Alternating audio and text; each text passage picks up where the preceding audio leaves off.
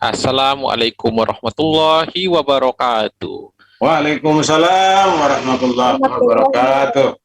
Iya, akhirnya kita kembali lagi di ASDN dalam program Islam Menjawab, yang mana pada hari ini kebetulan kita sedang bincang-bincang santai juga dan membahas satu isu, di mana isu ini sebenarnya udah marak ya dari beberapa tahun yang lalu.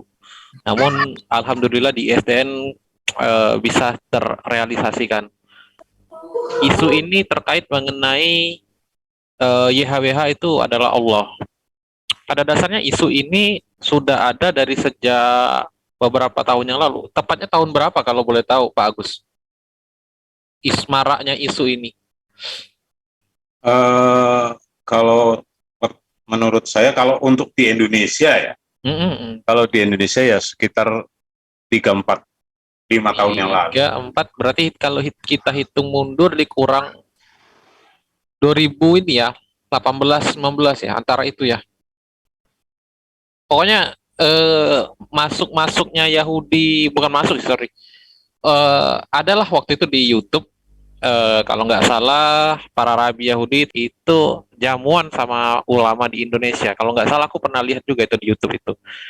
Nah, tapi itu sepertinya tidak ada urusan. Maksudku begini, isu ini kemudian mulai berkembang di dalam dunia perdebatan, lebih tepatnya di dunia kristologi seperti ini, yang dimana kemudian antara paradigma Yahudi, sebagian dari pihak Muslim itu menerima bahwasanya YHWH itu sama dengan Allah. Sedangkan dari Muslim yang lain sendiri itu menolak YHWH itu sama dengan Allah. Kenapa demikian? Kita akan bahas di sini sembari dengan ngobrol-ngobrol santai, tidak perlu adu urat. Oke, saya sedikit disclaimer dulu bahwa video ini tidak bermaksud untuk menyinggung pihak atau kaum manapun, tetapi ini hanya pendapat kita selaku selaku orang-orang ISDN, terutama pendapat saya secara subjektif, dan juga saya akan nanti membuat suatu perbandingan. Misalkan dari Sadia Gaon seperti apa targumnya yang bahasa Arab, dan Injil Muqaddas seperti apa. Dan dari situ kita akan coba pelajari. Jikalau ternyata berbeda, tentu kita tidak akan bisa ikut mengiyakan atau menerima itu. Sebab disebutkan dalam Al-Ikhlas bahwasanya Allah itu tidak bisa diserupakan dengan apapun. Lam yalid walam yulad walam yakul lahu kufuwan ahad. Gitu ya. Dan juga disebutkan dalam surat apa itu yang bunyinya begini. Laisa kami selisai. Tidak. Itu ya Pak Agus ya. Artinya tidak ada yang bisa menyerupai atau menyamai Allah gitu. Entah dalam segi rupa ataupun esensi. Karena satu-satunya Tuhan yang berhak disembah oleh umat manusia di muka bumi ini itu hanyalah Allah, bukan esensi lain atau apapun itu.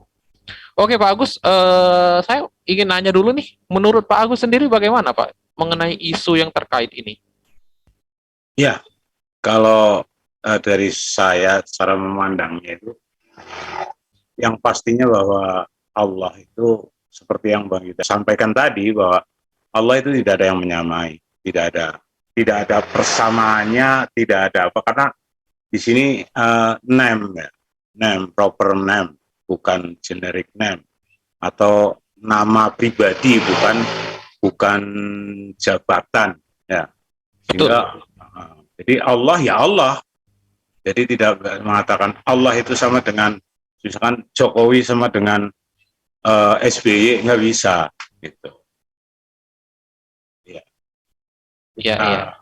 Jadi Allah ya Allah, Allah sama dengan YHWH tidak bisa, karena keambiguan dari pihak Yahudi sendiri itu, ini saya melihat berdasarkan gejala saja, bukan berdasarkan kapan YHWH itu dipakai. Itu dalam Yahudi sendiri itu penggunaannya sebenarnya, kata YHWH itu Yahudi ya, itu penggunaannya sangat eksklusif. Sehingga di dalam kitabnya dia sendiri pun dia tidak mau mencantumkan. Ini kan lucu. Iya. diklaim sebagai Tuhannya dia atau Tuhan Musa maupun Tuhan Abraham gitu. Akan tetapi tidak mencantumkannya. Ya menurut mereka ini sih dasarnya pada pada 10 hukum Taurat ya, 10 firman Tuhan itu katanya tidak boleh sembarangan menyebut. Akan tetapi justru menurut saya namanya kitab suci ini kan suci. Iya, betul. Jadi kalau mencantumkan di kitab suci, kenapa? Justru ketika di dunia luar yang tidak bersifat kitabiah, itu nama itu sering disebut sembarangan. Justru terbalik kondisinya. Justru seharusnya di kitab suci tercantum, tetapi tidak diucapkan di luar. Itu. Atau misalkan di kitab suci tercantum, tetapi ketika membacanya tidak dibaca, boleh. Gitu.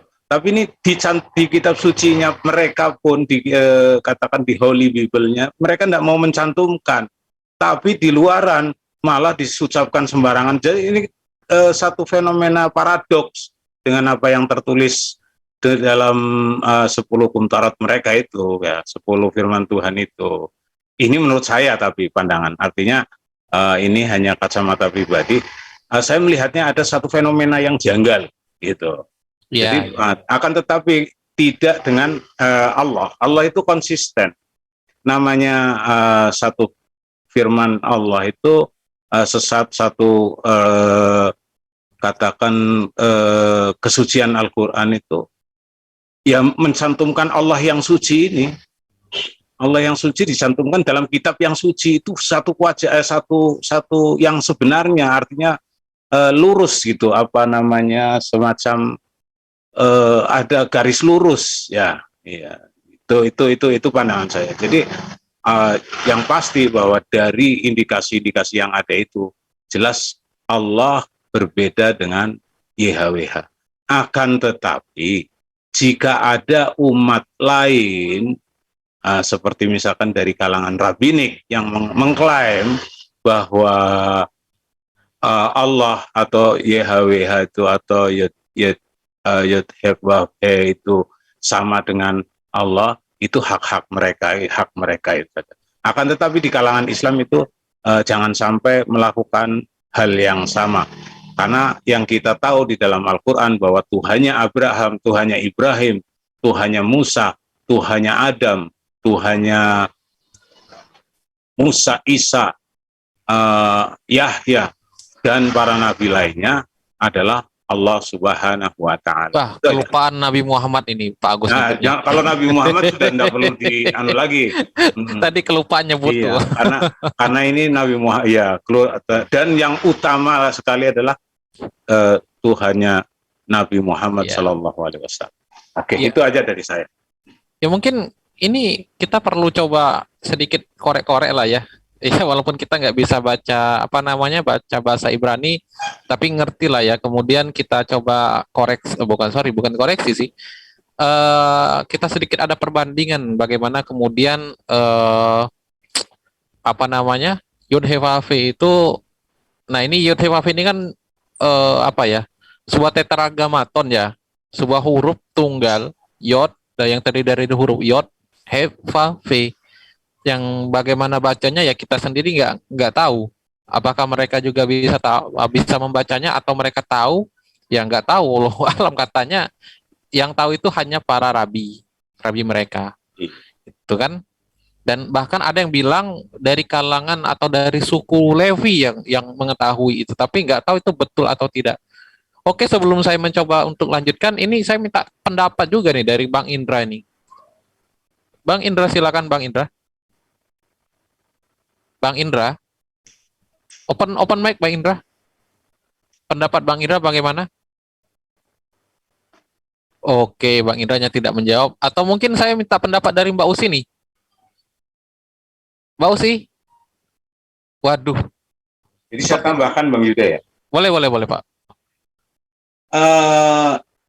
Akan menjadi bumerang atau akan menjadi satu presiden buruk apabila uh, kita itu latah mengatakan bahwa Allah itu sama dengan Yud He. Yang kita khawatirkan, salah satu kekhawatiran, artinya, dan kita sudah yakin bahwa itu bukan kekhawatiran, apabila nanti ada sifat-sifat lain selain dari 99 Asmaul Husna maupun sifat-sifat Allah yang wujud kita bako muhalafatuhu lil hawaditsi yamuhu binafsihi wahdaniyat qudrat iradat ilmu hayat, itu yang kita pahami selama ini. Ada yang dilekatkan selain dari sifat-sifat Allah, itu nanti bisa menjadi presiden buruk. Presiden buruk artinya nanti sifat yang lain yang dari 99 nama Allah, Asmaul Husna, dan kemudian dari sifat-sifat Allah yang sudah ditanamkan kepada umat Islam, nanti ada ketambahan lagi, kan repot. Iya, Kalau kita mengatakan sama gitu loh. Ya, karena jelas yang menambahi jelas bukan umat Islam. Umat Islam itu sudah diplot pemahamannya tentang sifat-sifat Allah dan Asmaul Husna itu kan. Gitu. Iya. Ya mungkin kita bisa coba kita lihat dulu ya Pak, dari sebuah apa namanya. Ini dia. Kebetulan saya pakai 2 akun nih. Misalkan seperti di Deuteronomi ayat, wah lama ya ini kalau saya muncul di laptop. Nggak jadi masalah. Ayat 4 ini, Deuteronomi ayat 4. Kejadian, Deuteronomi apa? Ulangan. Oh sudah. Oh ya, Bang Indra, nanti saya tanya ya Bang. Ini soalnya saya sudah lagi lagi share screen dulu. Nanti setelah ini saya tanya pendapat Bang Indra. Diminta jangan dulu di mute lah. Jadi biar saya panggil itu enak gitu. Kita bahas ini dulu. Kalau dalam Deuteronomi atau Ulangan 6 ayat 4, pasal 6 ayat 4 ini saya kebetulan hafal panggilan ini tertulisnya Sema Yisrael Adonai Elohinu Adonai Ehad. Nah, di mana kata Adonai ini adalah menurut orang Yahudi itu adalah kata ganti. Mereka ucapkan itu secara lisan, namun tertulisnya Yod He Vav He. Hurufnya tetap Yod He Vav He, namun mereka tidak membaca Adonai Yod He Vav He atau apapun itu. Mereka mengganti itu karena menurut mereka berdasarkan Keluaran 20 ayat berapa itu? Ayat 7 ya Pak Agus ya. Jangan menyebut nama Tuhan Allahmu dengan sembarangan, begitu Pak Agus ya. Berdasarkan itu, kemudian mereka ini akhirnya menyebut itu dengan kata ganti, yaitu Adonai. Sebagaimana yang saya sebutkan barusan. Di sini tertulis nih, secara tertulis betul, Yod He Vav He. Yod He Vav He. Mungkin saya bisa ini kali ya, saya gambar dikit. Bagaimana ya? Coba saya gambar dikit. Sebentar. Saya gambar dikit. Mana ini penanya? Nih. Nih. Ini Yod He Vav He. Yang saya garis merah bawah ini Yod He Vav He secara tertulis. Namun secara lisan penyebutannya bukan Yod He Vav He, melainkan Adonai. Kenapa demikian? Ya saya sendiri tidak tahu. Kita orang Muslim itu nggak tahu kenapa demikian. Iya. Namun uniknya, ketika Tanakh ini, atau mungkin kita nyebutnya Taurat aja karena ini kan masih dalam kategori 5 kitab Musa. Uniknya ada dari rabi mereka, itu Sadia Gaon, itu mencoba untuk menerjemahkan itu dalam bahasa Arab, yang kemudian dalam bahasa Arab sendiri adalah penyebutannya demikian. Di sini bisa kita baca Deuteronomi 6 ayat 4. A'lam ya Yisrael annallaha rabbunallahul wahid. Nih. Di sini tertulis nama Allah. Bisa dilihat di bagian Anallah. Bisa diperbesar nggak? Oke, sebentar saya perbesar. Terus di ayat keberapa ya? Ayat 4, Pak. Masih Deuteronomi. Cuman ini versi bahasa Arab dari Rabbi Sadia Gaon. A'lam ya. Sema. Anallah Rabbuna Allahul Wahid. Ya. Ya. Betul. Ya. Yang tadi di situ ditulis itu Yod He Vav Ve gitu ya. Oke. Ini kasus pertama. Kasus kedua. Dalam Injil Muqaddas, tentu ini akan berbeda lagi. Oh, kok di sini sih? Tunggu sebentar. Nah, ini dia. Bismillahirrahmanirrahim. Lama ini munculnya ini. Sebentar. Itu manuskrip tadi ya? Yang tadi Rabbi Sadia Gaon tadi, Pak. Sadia Gaon itu era tahun berapa, Bang? Wah, itu saya belum ingat sih. Rabbi Sadia Gaon tahun berapa ya? Itu 800-an kalau nggak salah. Ya. Nih, di mana di sini tertulis. Nah, ini beda lagi nih. Padahal sama-sama bahasa Arab. Isma ya Israel. Ar-Rabbu ilahuna. Rabbu wahid. Ya, kita nggak perlu mengerti ya. Ini polemik sebenarnya, polemik mereka, bukan polemik. Bukan polemik kita. Hanya saja di sini buat kita kajian seperti ini ya nggak jadi soal sih.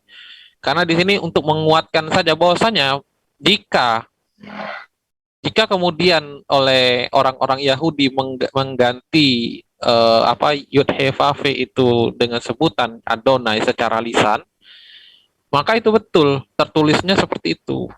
Karena Rob sendiri kan adalah sebutan, kalau kita ya Muslim menyebut Allah ya Rob, ya Rabbal Alamin, ya Tuhan semesta alam gitu ya Pak Agus ya. Itu adalah sebutan agung terhadap Allah. Bukan berarti kita selaku umat Muslim tidak berani menyebut nama Allah sehingga kita menggantinya menjadi Rob, tidak. Hanya saja dalam kasus ini ada dua versi. Injil Muqaddas menuliskan Rob, sedangkan Sadia Gaon menuliskan lafaz itu tadi Allah. Alif lamim ha, Allah. Alif lam. Oke. Ini saya coba kembali kepada Bang Indra. Bang Indra, silakan open mic. Bang Indra. Ya, lanjut. Ya. Gimana, Mas? Ya, ini pendapat Bang Indra sendiri mengenai Yod He Vav Ve itu dari kalangan para debaters ya. Atau mungkin ini sudah masuk ke ranah ranah masyarakat sih kalau menurut aku. Bahwasanya Yod He Vav Ve itu sama dengan Allah, kemudian sebagian Muslim menerima, sebagian menolak. Bagaimana menurut Bang Indra? Yod He Vav Ve sama dengan Allah itu? Ini sih mungkin kalau dari perspektif Muslimnya sih, saya pribadi sih meyakininya berbeda gitu ya. Cuman untuk lebih secara, kalau kita bahas secara di luar konteks apa istilahnya kayak doktrin gitu ya, itu mungkin saya sendiri belum terlalu memahami gitu loh.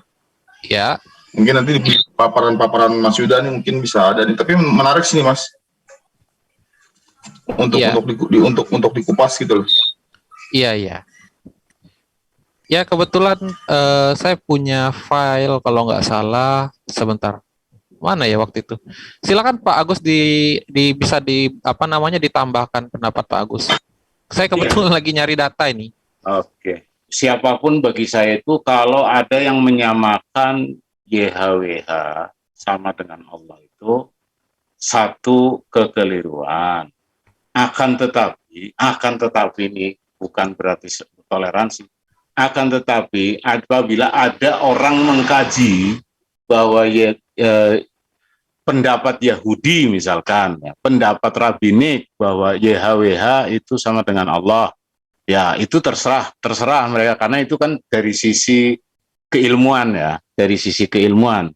Akan tetapi bagi umat Islam jangan latah kemudian yang berfirman kepada Musa adalah Yod He Waf He, misalkan ketika umat Islam yang mengatakan itu satu kekeliruan. Yang berfirman kepada Musa ya Allah. Buktinya, mari coba Bang Yuda ada enggak terjemahan Al-Quran dalam bahasa Ibrani?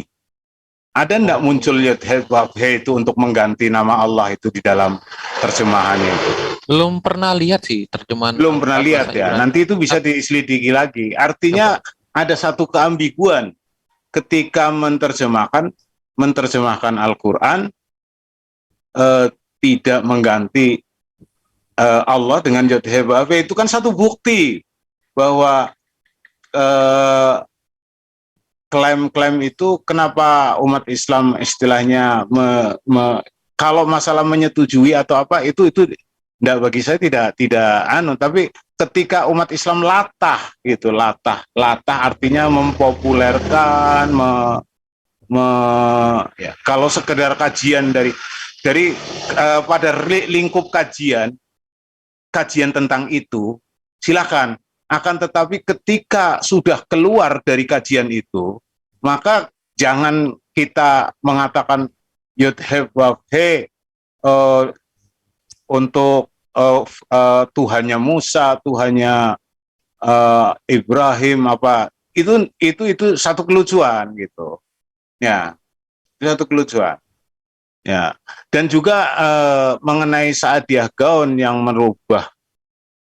Tadi saya lihat referensinya Saadiyah Gaon itu sekitar tahun 800 sampai 900 itu ya. Ya. Itu merubah itu ya artinya gini, masih ada ketidakpastian di dalam penggunaan Yod He Waf He itu sendiri. Kenapa? Artinya ada rabi-rabi tertentu yang tidak membakukan itu sebuah nama yang sakral gitu. Kalau nama sakral itu tidak akan diganti-ganti. Artinya nama yang sakral itu dalam arti nama yang khusus untuk umat tertentu itu tidak akan diganti-ganti. Jadi kalau di Kutub Utara ada Muslim akan mengatakan siapa nama Tuhanmu? Ya Allah gitu. Iya. Akan tetapi ketika dari kacamata ini Saadiyah Gaon, ketika Saadiyah Gaon ditanya siapa nama Tuhannya Musa, dia akan menyebut Allah padahal dia seorang rabi, ya kan? Iya, iya. Harusnya dia akan menyebutnya ya Yod He Waf He, ya kan? Nah, mungkin ini bisa sedikit ini kali ya, kita tambahkan kepada pendapat para ulama. Bisa saja pada masa itu Rabi Sadia Gaon itu mempelajari apa namanya tata bahasa Arab, kemudian mencoba mempelajari tentang Al-Quran bisa jadi, atau saya tidak tahu.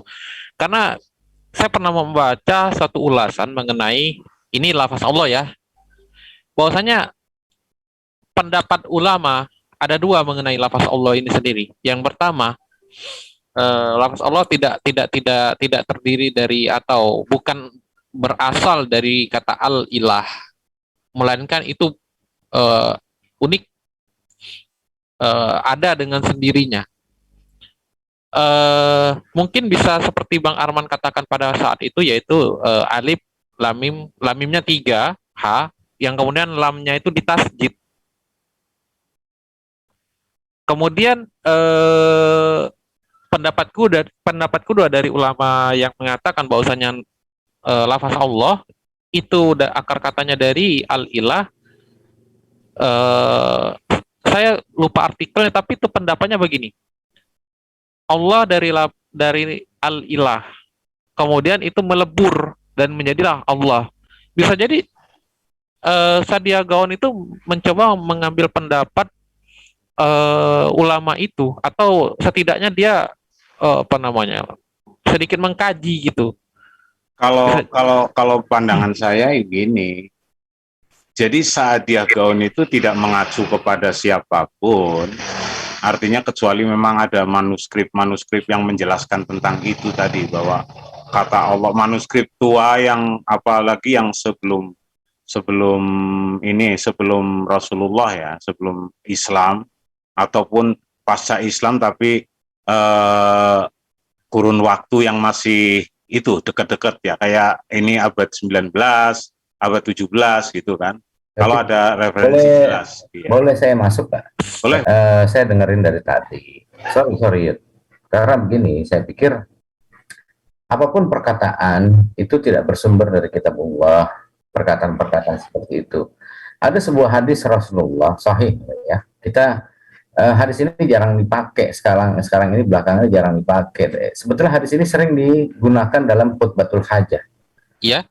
Bunyi hadis ini adalah fa inna asdaqal hadits kitabullah wa khairal hadi Muhammad Rasulullah sallallahu alaihi wasallam. Yang sambungannya adalah wasyarrul umuri muhdatsatuha wa kullu muhdatsatin bid'ah wa kullu bid'atin dolalah wa kullu dolalatin finnar. Ini hadisnya. Nah, di ujung awal hadis tersebut dikatakan fa inna asdaqal hadits kitabullah. Maka sesungguhnya sebenar-benar perkataan adalah kitabullah, maksudnya Al-Quranul Karim. Perkataan itu yang benar adalah yang bersumber dari kitabullah, Al-Quranul Karim. Tidak ada bisa orang menganggap dirinya benar apabila tidak bersandar kepada kitabullah, Al-Quranul Karim. Nggak bisa melalui hadis ini ya. Hadis ini berkata gitu. Lalu wa khairal hadi Muhammad Rasulullah sallallahu alaihi wasallam. Sebaik-baik petunjuk adalah petunjuk yang dibawakan oleh Muhammad Rasulullah sallallahu alaihi wasallam. Jadi Rasulullah tidak pernah mengajarkan yang seperti ini. Petunjuk apa yang seperti ini, dan bisa ada orang yang membawa hal ini menganggap dirinya benar, anggapannya benar gitu. Nggak bisa, karena yang dikaitkan adalah Allah Rabbul Alamin. Iya. Nggak bisa menganggap ini benar gitu. Apalagi orang Islam. Kalau orang lain lah ya, misalnya orang tetangga sebelah atau negeri seberang, agama lain maksudnya, latah atau dia ngomong Tuhannya dia adalah sama dengan Allah gitu ya, itu oke aja lah, itu klaim-klaim mereka, nggak apa-apa. Tetapi kalau orang Islam, umat Muhammad menyatakan hal ini udah menabrak hadis ini sebetulnya. Karena nggak ada kebenaran di Al-Quran, nggak ada kan? Tidak hal ini nggak ada. Di hadis Rasulullah, petunjuk-petunjuk Rasulullah nggak ada ini. Lalu bagaimana dia menyatakan dirinya benar, pendapatnya benar, anggapannya benar, apa yang sudah dikaji adalah benar? Bagaimana itu menentukan bahwa dia membawa kebenaran? Begitu. Berarti mereka bukan pengikut Rasulullah. Itu kita nggak bisa ngomong begitu. Bisa jadi memang pengikut Rasulullah, umat Muhammad, tetapi mungkin saja lupa adanya hadis yang seperti ini. Gitu loh. Sekian dari saya. Oke, terima kasih. Silakan Bang Agus jika ingin memberikan pendapat. Ya, kalau saya sependapat sama ini Aki Arman. Soalnya kalau dalam hadis tidak pernah tertulis Rasulullah menyamakan Yahweh adalah Allah, tidak pernah mengatakan itu. Ya buat apa kita ikuti itu? Terserahlah jalan sebelah kan. Ini tetangga sebelah mau bilang apa? Ya terserah mereka. Tapi kita sebagai umat Islam, ya pengikut Rasulullah. Ya buat apa kita ikuti mereka? Kita kan punya ini apa nih? Ini Rasul yang menunjukkan kita jalan yang kebenaran, jalan yang lurus. Buat apa kita ikuti orang lain? Begitu aja sih. Kita punya kitab suci sendiri. Buat apa kita ikuti kitab orang lain? Itu aja. Sekian. Oke, terima kasih. Saya sedikit menampilkan kembali sebuah data. Ini data lama sih sebenarnya yang pernah saya tampilkan. Di sini saya sedikit mengulas tentang nama Allah di dalam kitab Taurat, PDF ya. eh, saya juga sedikit disclaimer bahwasannya PDF ini tidak bisa dijadikan rujukan kebenaran karena tentu ada kesalahan pasti ada dalam PDF ini. Namun kita bisa sedikit memahami bahwa di sini saya bacakan dari halaman 1, nama pribadi Tuhan yang disebut yang disebut oleh Abraham adalah El. Terjemahan baru pasal 17 ayat 1 ini di Kejadian nih.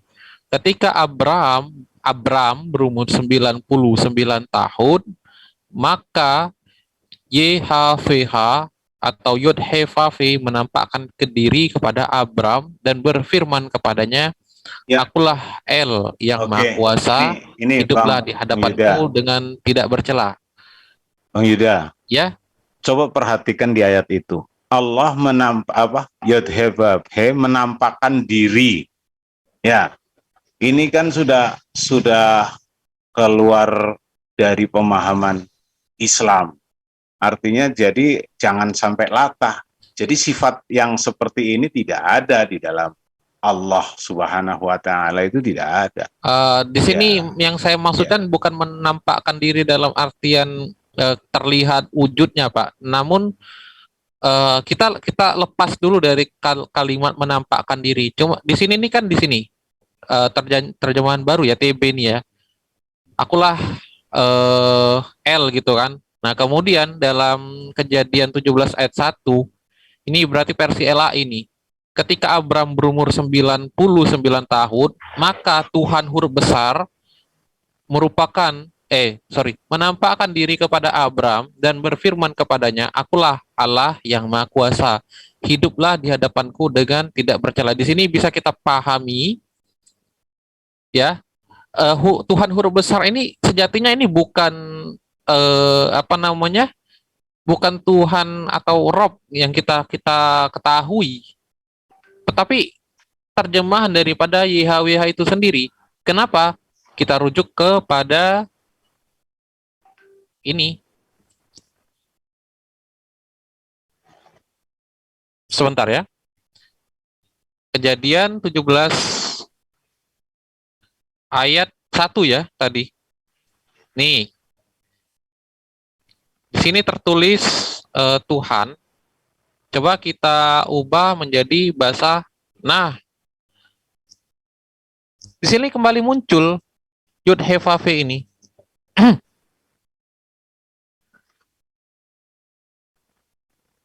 Yod-He-Vav-He di situ muncul.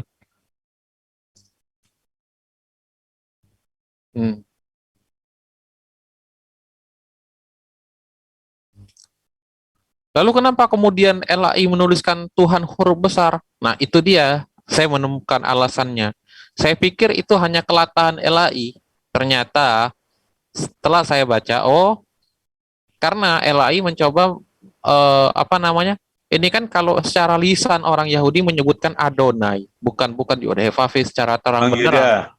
Bang Yuda, Bagaimana? apakah sudah yakin bahwa LAI itu menerjemahkan dari kitab ini, atau LAI itu menerjemahkan dari KJV? Ya kan? Ya bisa jadi, bisa jadi.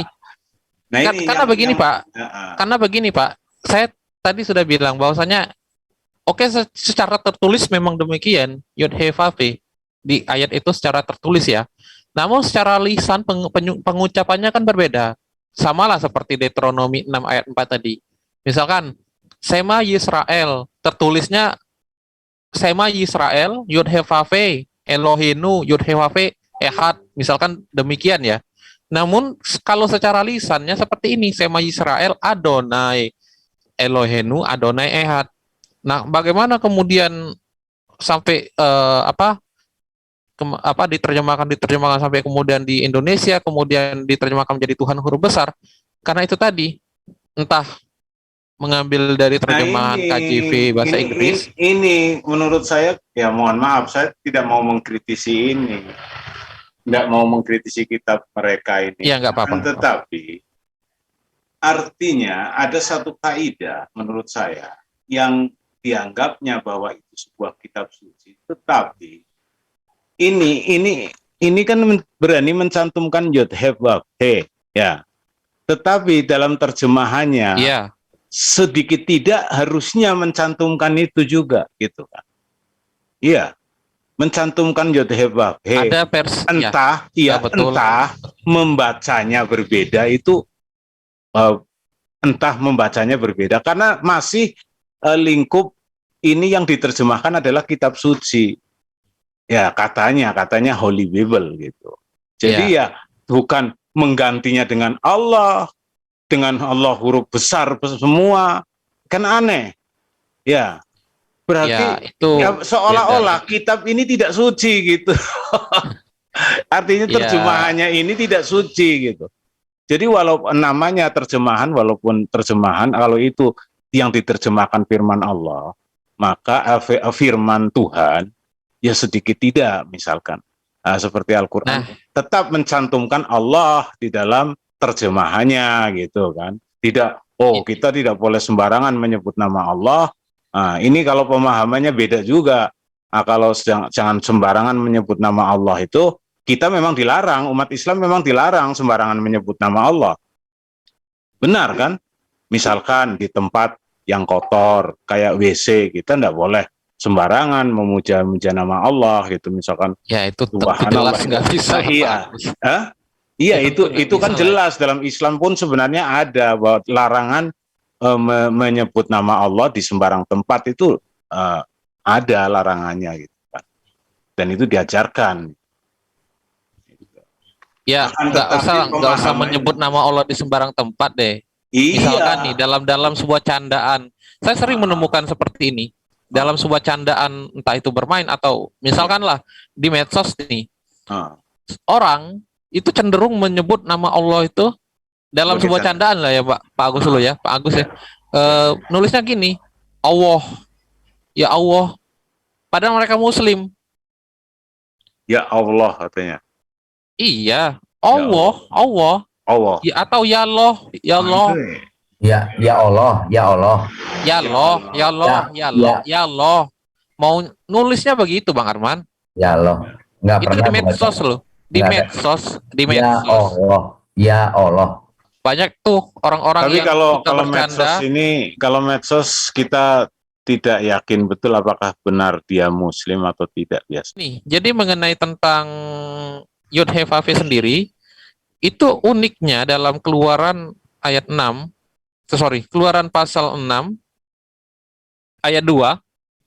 Di sini dikatakan, ayat 3. Tapi ada tanda kurung 6 garis miring 2. Apa? Aku telah menampakkan diri kepada Abraham, Ishak dan Yakub sebagai Allah yang Maha Kuasa, tetapi dengan namaku YHWH aku belum menyatakan diri.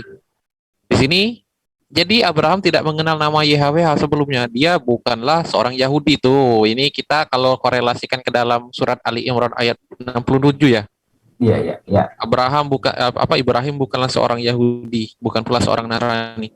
Ini di sini dikatakan bahwasanya Abraham, bahkan sekalipun Ishak dan Yakub tidak mengenal YHWH. Nih, ini bahkan ada penemuan mengenai YHWH itu sudah ada di zamannya Nebukadnezar. Tuh, di mana Nebukadnezar dan keturunannya itu yaitu Raja Persia, Raja Cyrus itu menyebut sesembahannya itu YHWH. Kores. Nih, Ezra 1 ayat 2. Segala kerajaan di bumi telah dikaruniakan kepadaku oleh Sebentar. Nebukadnezar punya anak Raja Persia. Bukan anak, keturunan. Oh, punya keturunan. Oke. Keturunan. Betul ya. Ayo lanjut. Bukan anak, tapi keturunan. Di sini kan ditulis nih. Nih. Beginilah perintah Kores, segala kerajaan di bumi dikaruniakan kepadaku oleh YHWH, Elohe, sesembahan semesta langit ia menugaskan aku untuk mendirikan rumah baginya di Yerusalem yang terletak di Yehuda. Padahal Cyrus adalah seorang penganut pagan, namun toh memanggil Tuhannya atau sesembahannya dengan sebutan YHWH, Tuhan langit. Jadi sama dengan yang sudah dikatakan oleh Raja Moab dan Raja Nebukadnezar yang merupakan moyangnya Cyrus nih Bang. Moyangnya bukan bukan bapaknya, moyangnya Cyrus. Semua raja pagan tersebut memanggil Tuhannya dengan sebutan YHWH. Ezra kemudian mengadopsi nama ini ke dalam kitab Yahudi yang dikonstruksinya. Oke, terlepas dari kontroversi ini, saya berpendapat begini. YHWH dan Allah sendiri memang tidak bisa dikatakan itu adalah sama. Bahwasanya apa sih yang bisa disamakan dari kedua itu? Kedua nama itu? Esensi kah? Linguistik kah? Historical? Tidak bisa. Kalau secara linguistik, bagaimana mau disamakan? Bagaimana cara penyebutannya? Kalau secara histori bagaimana? Tadi sudah saya bacakan barusan bahwasannya Yod He Vav He itu juga disebutkan oleh Raja Persia penganut pagan dan moyangnya itu Nebukadnezar juga seperti itu. Secara esensi tidak akan bisa ada esensi yang sama. Maka demikian jika ada kemungkinan dari pihak Muslim kemudian menerima paradigma dari Yahudi bahwasanya YHWH sama dengan Allah, maka haruslah menerima Brahman esensi daripada otoritas tertinggi dari Hindu harus bisa diterima karena Brahman sendiri saya pernah baca bahwasanya seperti halnya surat Al-Ikhlas, tidak beranak, tidak diperanakan, tidak berwujud, tidak berbentuk,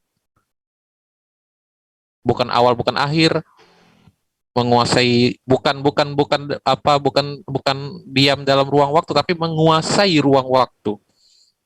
Namun apakah bisa kita samakan itu adalah Allah? Tidak. Sudah disebutkan bahwasanya laisa kamitsli syai'un. Bagaimana Pak Gus? Ya. Lanjut. Ya. Bagus. Benar itu, benar. Adakah tambahan dari teman-teman? Ingin menambahkan silakan. Sebelum saya tutup acara ini, silakan ditambahkan dulu. Ya, saya pikir apa yang Yuda sebutkan tadi udah cukup itu sebetulnya. Yang terakhir ya. Itu ya mau dibilang apa lagi? Apalagi dengan tadi Yuda menyebutkan ke arah Brahman gitu ya. Hindu punya gitu. Ya tentu kita mana mungkin kita menyamakan Allah dengan Brahman walaupun yang seperti Yuda sebutkan tadi sifat-sifatnya lalu kedudukannya itu seolah kalau mau dengan metodologi sama-samain aja gitu menyamakan ya mirip-mirip lah itu gitu. Tapi kan kita nggak bisa dong menyamakan Allah dengan yang lainnya. Itu agak aneh itu terdengarnya kalau ada tindakan seperti itu dan merasa pede sekali gitu untuk mempertontonkan ke hadapan orang banyak bahwa dirinya benar. Itu bingung saya. Tapi itu pilihan dia gitu ya, pilihannya lah. Ya gitu sih. Ya, satu lagi ini yang saya ingin tegaskan, jika kemudian ada dari pihak manapun ya, saya tidak bilang ini Yahudi ataupun Kristen, kita bilang dari pihak Muslim, bahwasanya jika kemungkinan atau mengambil surat Ibrahim ayat 4 ini sebagai patokan YHWH sama dengan Allah dari surat Ibrahim ayat 4 ini tidak akan nyambung karena di sini ayat ini berbunyi wa ma arsalna mir rasulin illa bilisani qaumihi liyubayyina lahum, dan kami tidak mengutus seorang rasul pun melainkan dengan bahasa kaumnya. Fayudillullahu mayyasha wa yahdi mayyasha gitu ya, agar dia dapat memberi penjelasan kepada mereka, maka Allah menyesatkan siapa yang Dia kehendaki dan memberi petunjuk kepada siapa yang Dia kehendaki. Wa huwal azizul hakim. Dia yang maha perkasa, maha bijaksana. Artinya di sini ayat ini tidak bisa dimasukkan kategori. Oh, ayat ini dimaksudkan tuh Allah mengutus kepada para nabi atau para rasul dengan bahasa kaumnya, artinya misal nih di negeri A disebutkan Eloh, Eloah, di negeri B disebutkan Brahman, di negeri C disebutkan Allah. Nggak bisa seperti itu, bos. Maksud dari penjelasan ayat ini, Allah itu tidak mengutus seorang rasul melainkan dengan bahasa kaumnya, seperti halnya Nabi Muhammad, supaya kaumnya itu mengerti. Begitu. Jadi ini tidak masuk kategori ayat ini. Kemudian apalagi ya? Wah, sampai saya lupa ini Bang Arman. Ya itulah. Iya, maksudnya apakah ada Rasulullah menjelaskan kepada para sahabatnya tentang nama Allah tersebut? Nama Allah ini berasal dari sini, dari sana, dari negeri ini. Enggak ada. Artinya yang diharapkan nama orang-orang yang menggunakan surat Ibrahim ayat 4 ini kan seperti itu. Inginnya seperti itu kan. Bahwa Rasulullah juga menjelaskan, oh ternyata Allah itu adalah di dalam pengertiannya orang India, orang itu adalah Brahman gitu kan. Kan nggak ada yang seperti itu. Contoh ini contoh ya. Contoh kan case-nya bukan ke sini ya. Tapi saya mencoba membuka alam berpikir kita bersama gitu loh. Itu yang diharapkan kan sama orang-orang yang menggunakan ini 14:4 ini, ya kan? Surat 14 ayat 4 ini. Dan ya, terlepas dari saya percaya bahwasanya Al-Quran itu adalah firman Allah, ini saya juga percaya dalam surat Yunus ayat 84 ini di sini dikatakan, bahkan di sini disebutkan, mohon sekali lagi jangan berpikir bahwasanya Musa berbahasa Arab, tolong. Itu benar-benar pemikiran yang tidak objektif atau dewasa. Di sini dikatakan, wa qala Musa ya qaumi in kuntum amantum billahi fa alaihi tawakkalu in kuntum muslimin. Dan Musa berkata, wahai kaumku, apabila kamu beriman kepada Allah, maka bertawakallah kepadanya jika kamu benar-benar orang muslim. Lalu ayat 85, faqalu 'alallahi tawakkalna rabbana la taj'alna fitnatal lil qaumiz zalimin. Lalu mereka berkata kepada Allah lah, kami bertawakal, ya Tuhan kami, janganlah Engkau jadikan kami sasaran fitnah bagi kaum yang zalim. Ini adalah percakapan antara Musa dengan kaumnya. Terlepas dari kemudian apakah Musa berbahasa Arab atau tidak seperti itu. Namun di sini dijelaskan, Musa pun menyebut nama sesembahan yang esa itu adalah Allah. Bagaimana? Ada yang bisa menambahkan kembali? Iya, itu gagal paham. Jadi begini Bang Yuda, mereka itu mencoba selalu menggali-gali sesuatu yang sebenarnya tidak masuk akal. Tidak masuk akalnya begini. Ketika mengkisahkan cerita ginilah, orang Indonesia mendongeng tentang cerita dari misalkan Romeo and Juliet ya. Ketika cerita sama orang Indonesia lagi, ya jelas Romeo Juliet itu akan menjadi orang Indonesia, gitu kan? Iya, karena ceritanya dengan bahasa Indonesia, ya, dengan bahasa Indonesia. Itulah yang maksudnya Al-Quran katakan bahwa Allah menurunkan itu sesuai dengan bahasa kaumnya. Ketika cerita tentang Musa, maka ya dengan bahasa Arab, karena Rasulullah memang memahaminya bahasa Arab. Masa mau pakai bahasa Ibrani atau bahasa Yahudi atau bahasa apalagi yang lebih tua lagi misalkan. Turunkan Al-Quran dengan bahasa Arab agar kamu memahami. Itu kalau tidak salah di surat al al al surat kedua itu apa? Surat ketiga Ali Imran. Ali Imran. Nah, iya, kalau bukan di Ali Imran, di surat Yusuf, Pak. Aku turunkan Iya. Al-Quran dengan bahasa Arab agar kamu memahami. Iya, Masa betul. mau pakai bahasa Yahudi? Ya, inna anzalnahu Qur'anan Arabiyya la'allakum ta'qilun gitu ya. Sesungguhnya kami menurunkannya berupa Quran berbahasa Arab agar kamu mengerti, yaitu itu korelasinya Ibrahim ayat 4 tadi. Betul, Pak Agus. Oke, akhir dari obrolan ini saya sedikit tambahkan ya. Bahwasanya begini, teman-teman sekalian, dimanapun kalian berada, silakan saja kalau kalian ingin mencoba mempelajari literasi-literasi di luar Islam, itu juga tidak ada soal. Namun terlepas dari itu, pahamilah bahwasanya tidak ada Al-Quran itu, lebih tepatnya nama Allah itu berasal dari bahasa Arab. Silakan dipelajari kepada ustadz-ustadz atau ulama-ulama manapun, atau boleh ditengok di channel-channel YouTube. Nama Allah itu benar-benar unik. Dan saya berkeyakinan bahwasanya nama Allah itu memang sudah ada jauh sebelum Nabi Muhammad, jauh sebelum orang Yahudi dan Nasrani itu berojol di Arab.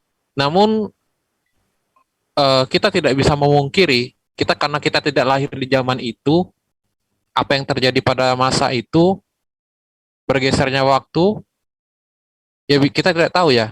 Makanya kemudian nama Allah sendiri kemudian di kitab-kitab mereka seakan-akan itu tidak ada, dan seakan-akan mereka itu tidak pernah mengucapkan atau tidak mengenal nama Allah itu sama sekali. Dengan mengganti atau menyembunyikan wallahu alam. Dan mengenai Yud He Fa Fe itu sama dengan Allah, itu saya berpendapat tidak sama. Sebagaimana yang saya jelaskan di awal video, di awal opening sih.